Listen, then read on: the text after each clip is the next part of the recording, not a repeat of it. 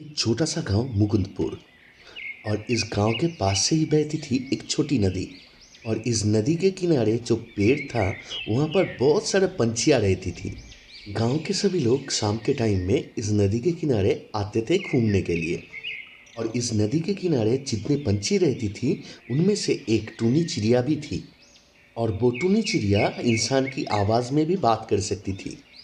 और गांव वालों यहाँ पर घूमने के साथ साथ टूनी चिड़िया को देखने और बात करने के लिए भी यहाँ पर आती थी। टूनी चिड़िया गांव के कुछ बच्चों का नाम भी जानती थी। जब भी वो बच्चा नदी के किनारे आती थी तभी टूनी चिड़िया उसको नाम से बुलाती थी। अरे राजू, तो आ गया फिर से। तो पानी के इतना करीब मत जा। अरे चुनी चुड़िया, तू किस पेड़ पे है? मैं तो तुझे देख नहीं पा रही हूँ। तो मुझे ढूंढ के बता मैं किस पेड़ पे हूँ। रुक, मैं तुझे ढूंढ के बताती हूँ। और कुछ देर बाद राजू को एक पेड़ पर टूनी चिड़िया दिख जाती है।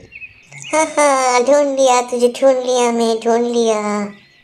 तूने मुझे ढूंढ लिया राजू, तूने मुझे ढूंढ लिया।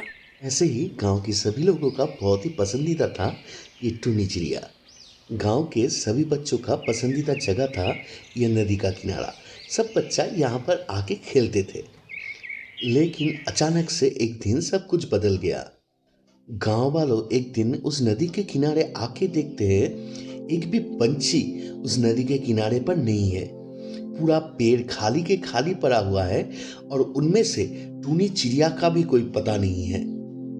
राजू टूनी चिड़िया को बहुत बुलाता है। ए टोनी चिड़िया, तू कहाँ है? ए टोनी चिड़िया, तू कहाँ है? तू कहाँ है? किस पेड़ पे बैठा है? आवाज दे। लेकिन टूनी चिड़िया का कोई भी आवाज नहीं आती है। राजू बहुत ही दुखी होता है और गांव वालों भी टूनी चिड़िया को ना देखने के वजह से सभी बहुत ही दुखी हो जाते हैं। अरे हमारे इस गांव को क्या हो गया? टूनी चिड़िया कहाँ चली गई? अरे टोनी चिड़िया को छोड़ के बाकी पंछी भी नहीं दिख रही। गांव वालों जब आपस में बात कर रहे थे तभी अचानक एक बड़ा वाला पत्थर आके गांव वालों की तरफ गिरता है और सभी गांव वालों डर के वहां से भागकर गांव की तरफ आ जाते हैं। अरे क्या हुआ वहां पर? अचानक से पत्थर कौन मारा? हम लोगों को तो कोई दिखा नहीं, लेकिन एक बड़ा वाला पत्थर आके हम लोगों की तरफ गिरा। हाँ, मुझे भी कोई दिखा नहीं, लेकिन अचानक से इतना बड़ा पत्थर वहां पर आया कैसे? उसको उठाया कौन और फेंका ही कौन? लगता है हमारे गांव के नदी के किनारे कोई भूत आ गया है जो नहीं चाहता है नदी के किनारे कोई रहे। और उसके वजह से ही शायद सभी पंछियां और टूनी भी वहां से भाग गई है, जैसे आज हम लोग भाग आए। और इस दिन के बाद से कोई भी गांव वाला अगर गलती से इस नदी के किनारे चले जाते थे तो उसके ऊपर पत्थर आके गिरता था और डर के मारे वो गांव में लौट आता था। ऐसा ही चल रहा था, तभी गांव के सभी लोग मिलके ये ठीक करते हैं कि अरे गांव वालों सुनो, ये तो हम समझ ही चुके हैं कि उस नदी के किनारे कोई भूत आ गया है जो उन पंछी को भी भगाया और हम गांव वालों को भी नदी के किनारे जाने से रोकता है। अभी गांव के ऊपर कोई बड़ी मुसीबत ना खड़ी हो जाए तो हम लोगों को ही पहले से कुछ करना होगा। हाँ सेठ जी, आपने ठीक ही कहा है, हमको ही कुछ करना होगा। उस भूत को हमारे गांव के और नदी के किनारे से हम लोगों को भगाना ही होगा। तो सुनो, पास के गांव में ही एक बाबा रहती है तांत्रिक, उसका नाम है उलाला बाबा। और ये उलाला बाबा बहुत ही बलशाली है। हाँ सेठ जी, हम लोगों ने तो उलाला बाबा के बारे में बहुत सुना है। उलाला बाबा के बाद बहुत सी शख्सी हैं। वो पास के गांव में एक चुड़ैल को बोतल में बंद करके ले गया था। हाँ, तुमने ठीक ही कहा है, वो उलाला बाबा चुड़ैल को बंद करके ले गया था बोतल में। बहुत सारा काम किया है। और चुड़ैल को बोतल में बंद करने वाला कार्टून अगर देखना है तो इस कार्टून के बाद चैनल में जाके तुम देख सकते हो। तो हम में से कुछ लोग वो उलाला बाबा के पास जाएंगे और बाबा को लेके आएंगे। देखते हैं बाबा क्या कर सकते हैं। हाँ सेठ जी, अभी तो बाबा का ही भरोसा है, तो जल्दी से चलिए हम लोग बाबा के पास जाते हैं। और इस तरह से ही कुछ गांव वालों मिलके उलाला बाबा के आश्रम की तरफ चल देते हैं।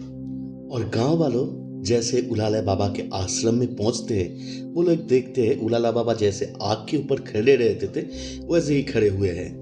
गांव वालों पहुंचते ही उलाला बाबा गांव वालों से पूछते हैं, क्या हुआ है बोल। तभी सब गांव वालों मिलके जो हुआ उस नदी के किनारे सबके बारे में उलाला बाबा को बोलते हैं। और सब कुछ सुनने के बाद उलाला बाबा अपने आत्मा को फिर से अपने शरीर से अलग करके असल में क्या हुआ है वो देखने के लिए भेजते हैं नदी के किनारे। उलाला बाबा के आत्मा जब इस नदी के किनारे घुसने जा रहा था तभी एक बड़ा वाला पत्थर आके लगता है आत्मा को, और पत्थर लगने के वजह से वो आत्मा बिना कुछ देखे लौट आता है उलाला बाबा के शरीर में। और इस वजह से उलाला बाबा बहुत ही गुस्सा होते हैं और बोल उठते हैं, मेरे अंतरात्मा को पत्थर मारे तू, तुझ में इतना दम, मैं तेरे जिंदगी में ले आऊंगा कभी खुशी कभी गम, और तुझके पकड़ के पीटूंगा दमादम।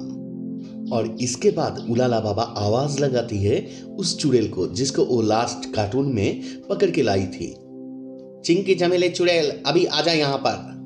तभी वो चुड़ैल अचानक से प्रकट होती है बाबा के सामने। गांव वालों चुड़ैल को देख के थोड़ा सा डर जाती है, अरे चुड़ैल चुड़ैल चुड़ैल चुड़ैल ये हमको कुछ करना दे।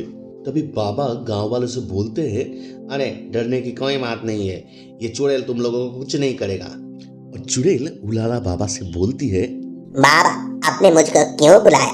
मुझे अभी क्या करना होगा? आपको नाच दिखाना है क्या कुछ काम भी करना है?